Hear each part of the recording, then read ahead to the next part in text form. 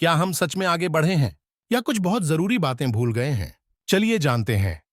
प्राचीन मनुष्यों ने तारों का सावधानीपूर्वक चार्ट बनाया, खगोलीय गतिविधियों को गहरी सटीकता के साथ समझा। उन्होंने समय का मापक टिक करती घड़ियों से नहीं किया, बल्कि सूर्य, चंद्रमा और बदलते मौसमों से किया। पानी कीमती था। अद्भुत प्रणाली ने इसे इकट्ठा और संरक्षित किया। सबसे सूखी भूमि में भी जीवन को पोषित किया।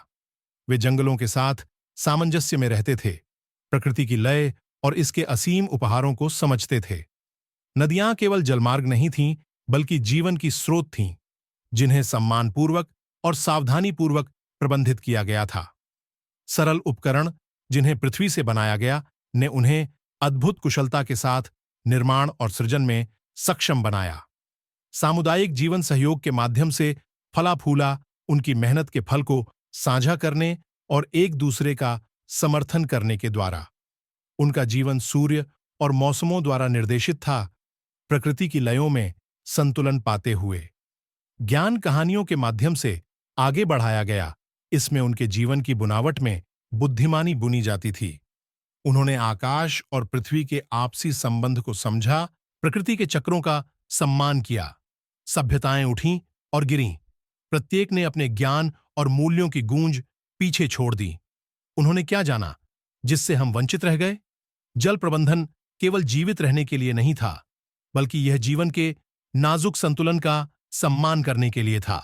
अपना भोजन उगाने से पृथ्वी और उसकी संपन्नता के प्रति एक गहरी संबंधना बनी।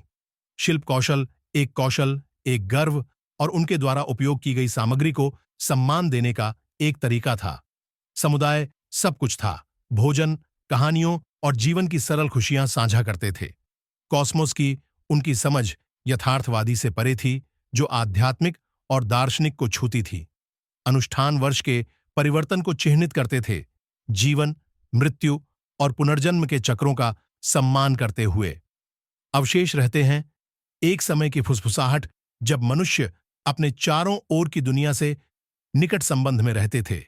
दैनिक कार्यों की सराहना की जाती थी।